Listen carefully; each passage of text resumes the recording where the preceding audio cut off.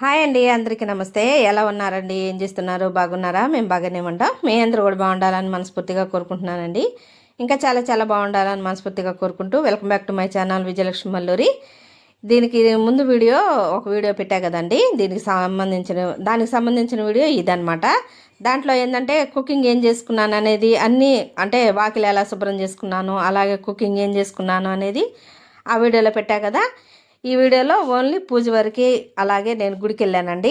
ఆ గుడికి వెళ్ళిన తర్వాత గుడికి ఎలా వెళ్ళాను, ఏ గుడికి వెళ్ళాను, అలాగే ఇంట్లో దీపారాధన చేసుకున్నా కదా, మీరు చూస్తున్నారు కదా, ఆ దీపారాధన చేసుకున్నాను. అలాగే మా ఇంటి దగ్గర రామాలయం గుడి ఉందని చెప్తా ఉంటా కదా, ఆ రామాలయం గుడిలో అంటే స్వామివారి కళ్యాణం జరిగింది కదా.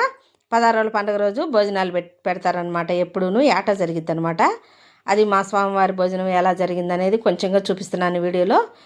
వీడియోని ఎక్కడా స్కిప్ చేయకండి, స్కిప్ చేయకుండా కంప్లీట్గా చూడండి. వీడియో కనుక నచ్చితే లైక్ చేయండి, షేర్ చేయండి, సబ్స్క్రైబ్ చేసుకోండి. బెల్ ఐకాన్ కొట్టడం మాత్రం మర్చిపోవద్దండి. సబ్స్క్రైబ్ చేసుకొని సపోర్ట్ చేయాలని మనస్ఫూర్తిగా కోరుకుంటున్నాను. అలాగే నా ఛానల్లోకి వచ్చి ఎవరైనా కొత్తగా చూస్తున్నట్లయితే సబ్స్క్రైబ్ చేసుకోండి. ఇంకా ఓకేనండి. ఇంక ఇదిగోండి వీడియోలోకి వెళ్ళిపోదామా. ఇంక ఇదిగోండి దీపారాధన చేసుకున్న తర్వాత నేను ఎప్పుడు సాంబ్రాణి వేసుకుంటా ఉంటానండి. అలాగే సాంబ్రాణి కూడా నేను రెడీ చేసి పెట్టుకుంటానని చూపించా కదా, అంతకుముందు వీడియోలో కూడా చూపించానండి. ఇక ఆ సాంబ్రాణితో వేసుకుంటున్నాను అనమాట. అయితే ఆ సాంబ్రాణి ఏంటంటే కప్ సాంబ్రాణి అని దొరుకుతాయండి. కప్ సాంబ్రాణి తెచ్చిపెట్టుకుంటాను ఒక 2 ప్యాకెట్లు.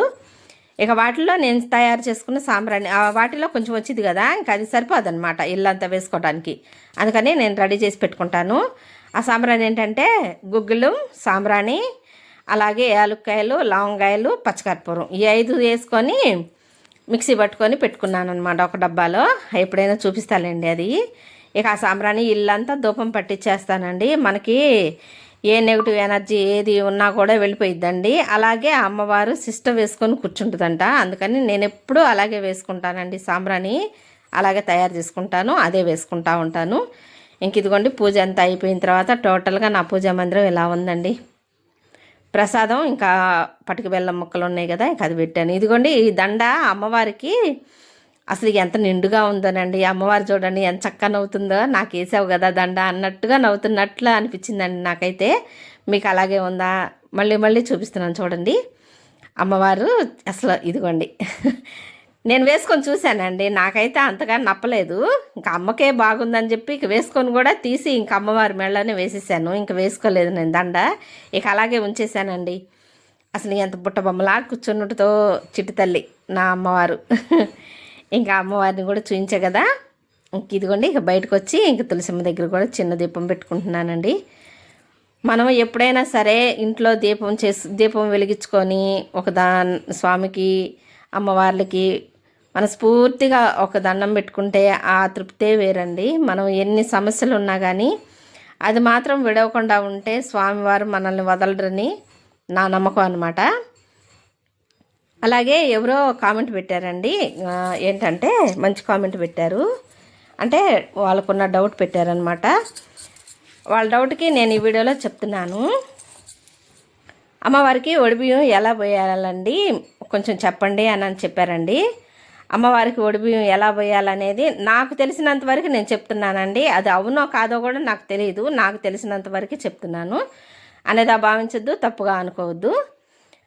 ఒడిబియ్యం ఎలా పోస్తామంటే మనం అమ్మాయికి మనం పెళ్లి చేసి సారిచ్చి పంపిస్తాం చూసారా.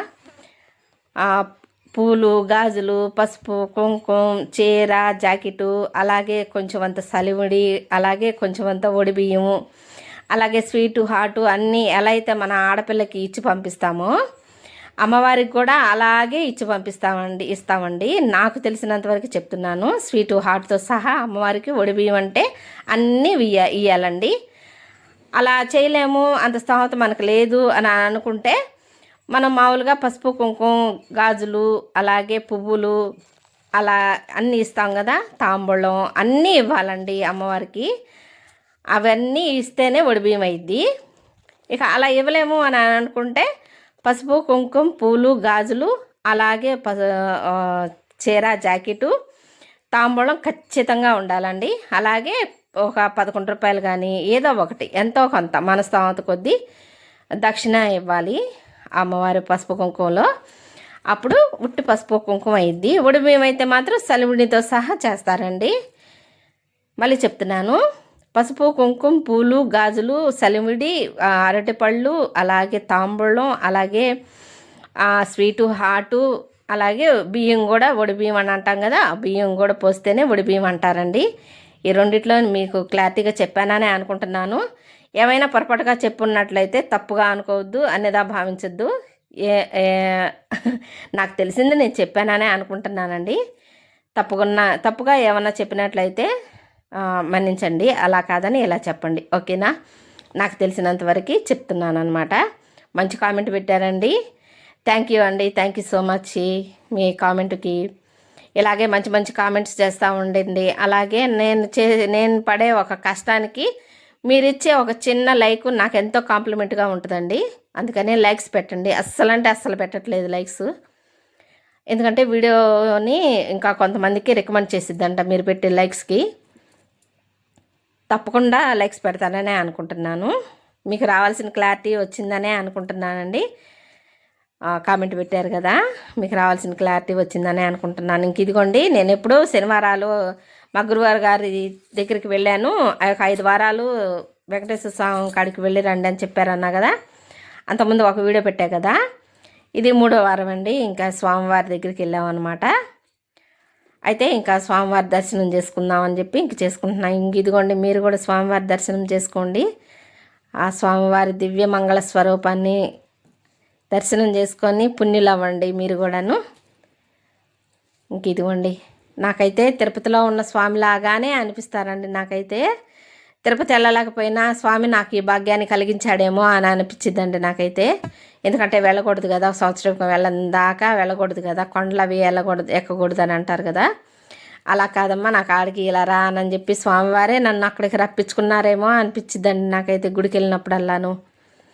అసలు అక్కడ వెళ్ళిన తర్వాత తిరుపతిలో ఉండి మనం ఎలా అయితే దర్శనం చేసుకొని ఆనంద పరవశులం అవుతామో అలాగే ఫీలింగ్ వచ్చిద్దండి నాకు ఈ గుడిలోకి వెళ్తే. ఇదిగోండి ధ్వజస్తంభం అనమాట, పెద్ద రాతి ధ్వజస్తంభం అండి స్వామివారి ముందు. అదిగోండి, అసలు గుడి చిన్న గుడే కానీ చక్కగా బాగుంటుందండి. ఏం చక్కాను. మా ఇంటి దగ్గర రామాలయం గుడి ఉందని చెప్పా కదా, ఆ గుడితో పాటే ఈ వెంకటేశ్వర స్వామి గుడి కూడా ప్రతిష్ఠ జరిగిందనమాట. ఇంక ఇదిగోండి ఆంజనేయ స్వామి వారు. మళ్ళీ చూపిస్తున్నానని అనుకోవద్దండి, తప్పుగా అనుకోవద్దు. నేను ఎలా చేసుకుంటాను, నేను ఎలా పాటిస్తాను, నా లైఫ్ స్టైల్ ఏంటి అనేది వీడియోస్లో పెట్టుకుంటా వస్తున్నాను. అయితే వ్యూస్ తగ్గినాయండి, ఎందుకు తగ్గినాయో నాకైతే తెలియదు. ఎంత కష్టపడుతున్నానో అనేది నాకే తెలుసండి, స్వామికి తెలుసు, నాకే తెలుసు. నా కష్టానికి ప్రతిఫలం ఎప్పుడు వచ్చిద్దో కూడా నాకు ఏం అర్థం కావట్లేదు. సపోర్ట్ చేయండి, ఓకేనా? ఇంక ఇదిగోండి స్వామి గుడి బయట ఇలా ఉంటుందన్నమాట. ఇక కారు అటువైపు పార్కింగ్ చేసామండి. ఇంకా అటు బస్సులు అవి తిరుగుతూ ఉంటాయి అన్నమాట. చీరాల నుంచి వచ్చే బస్సులు అటే వస్తాయి. ఇక అడ్డం అవుతుందన్నమాట గుడి ముందు పెడితే. ఇంక అందుకని దూరంగా పార్కింగ్ చేసాము. ఇంకా కారు దగ్గరికి నడుచుకుంటా వెళ్తున్నామండి. ఇంకా అదిగోండి గుడి మీకు చూపిస్తా వెళ్తున్నాను అనమాట గుడిని. వీడియోని ఎక్కడ స్కిప్ చేయకుండా కంప్లీట్గా చూడండి. వీడియో కనుక నచ్చితే లైక్ చేయండి, షేర్ చేయండి, సబ్స్క్రైబ్ చేసుకోండి, సపోర్ట్ చేయండి, ఓకేనా? ఇంక ఇదిగోండి ఇక్కడ పార్కింగ్ చేసాం అనమాట. ఇక్కడైతే అడ్డం ఉండదు అనమాట, అందుకని దూరంగా పార్కింగ్ చేసాం కార్ని. ఇక ఇంటికి బయలుదేరుతున్నామండి. ఇంకా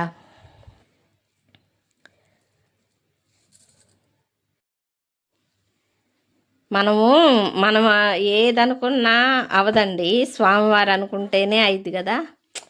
నువ్వు చేసే ప్రయత్నం నువ్వు చేయి, నేను చేయాల్సింది నేను చేస్తానని మనల్ని ముందుండి నడిపిస్తూ ఉంటాడనే భావిస్తానండి నేనైతే.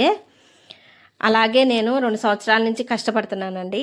నా కష్టం నాకే తెలుసు, ఎంత కష్టపడుతున్నాను అనేది నాకే తెలుసండి. చదువు లేకపోయినా మనకి ఏదో ఒకటి గుర్తింపు ఉండాలి, మనం ఏదో ఒకటి చేసుకుంటూ ఉండాలి, మనకంటూ ఒక కాళ్ళ మీద మనం నిలబడాలి అనే ఒక ధ్యేయంతోనే నేను యూట్యూబ్ స్టార్ట్ చేసి చేసుకుంటూ వస్తున్నానండి. అలాగే ముందుకు వెళ్తూ ఉన్నాను. కానీ నాకు వీడియోకి గ్రోత్ అనేది ఇంతవరకు రాలేదు, వీడియోస్కి ఛానల్కి. మీరు సపోర్ట్ చేస్తారనే అనుకుంటున్నాను. ఇంక ఇదిగోండి కరెక్ట్గా బయలుదేరాము ఇంటికి. అసలు ఏం ఎండలు కాస్తున్నానండి, మామూలుగా కాయటం లేదు. అసలు ఒక్కపోత ఉడక, అసలు అదో రకంగా ఉందన్నమాట.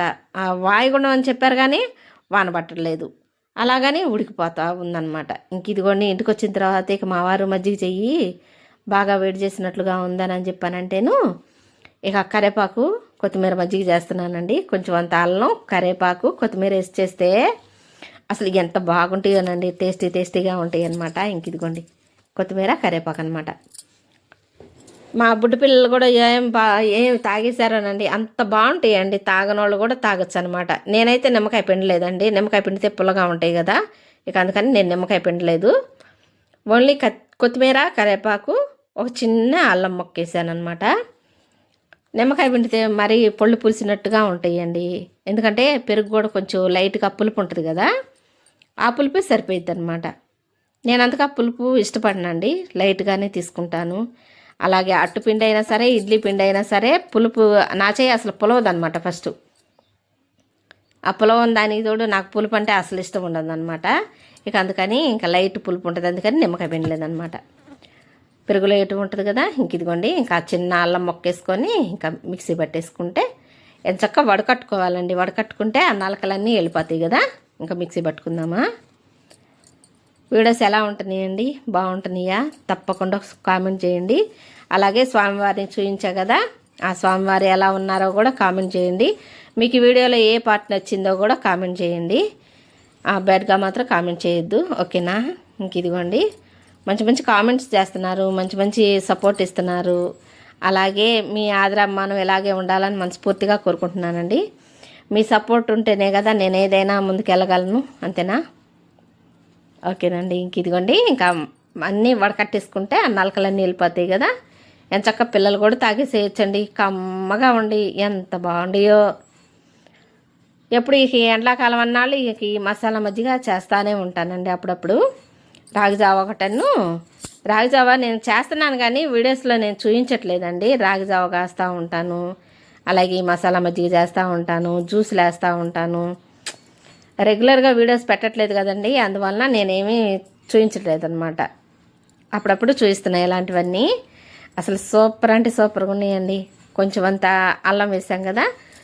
అయితే మనం పచ్చిమిరపకాయ ఘాటు తాగాలి అని అనుకునే వాళ్ళు తాగలం అనుకుంటే పచ్చిమిరపకాయ కూడా వేసుకోవచ్చు, కానీ నేను వేయలేదు.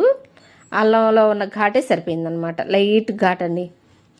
కింద పెట్టబుద్ధి ఘాట్లా అంత బాగున్నాయి నిజంగా. అంటే నిజంగా వీడియోస్ కోసం కాదండి, అసలు ఎంత బాగుంటాయో. మీరు కూడా ఒకసారి ట్రై చేయండి, నేను ట్రై చేసినట్టు. ఇంక ఇదిగోండి చీర మార్చేసుకున్నా కదా, ఇక మళ్ళీ స్నానం చేసి రామాలయం గుడిలో కళ్యాణం జరిగిందని చెప్పా కదా ముందు స్టార్టింగ్లోని వీడియోలో.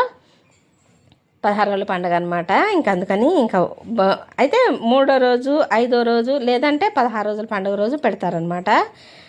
ఎప్పుడు 3వ రోజు 5వ రోజే పెడతారు. ఇంక ఈ సంవత్సరం ఏంటంటే 16 రోజుల పండుగ రోజు పెట్టారనమాట.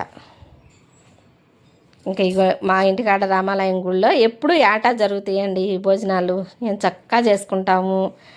3 కాలనీలు 4 కాలనీల దాకా ఊరబంతేనండి. ఎంతమంది వస్తే అంతమందికి భోజనం పెట్టేయటం అనమాట. అయిపోయిన వరకు పెట్టేయటమేను. దాదాపు ఒక 2,500 2,000 అట్లా అవుతారనుకుంటానండి భోజనానికి. భోంచేయడానికి వచ్చేవాళ్ళు అలా అవుతారనమాట, ఆ సంఖ్యలో అవుతారండి. ఇంకా నేనైతే ఇలా రెడీ అయ్యాను, సింపుల్గా రెడీ అయింది చూపించడం మర్చిపోయాను అనమాట. ఇంకా ఫ్రంట్ కెమెరా పెట్టి చూపిస్తున్నాను. ఇంకా లైన్లో నుంచొని తింటున్నామండి. ఇంక ఇదిగోండి పెట్టించుకొని పక్కకు వచ్చేసాము. ఇక ఇదిగోండి కర్రీస్ అన్నీ పెట్టారనమాట. వీడియో కనుక నచ్చితే లైక్ చేయండి, షేర్ చేయండి, సబ్స్క్రైబ్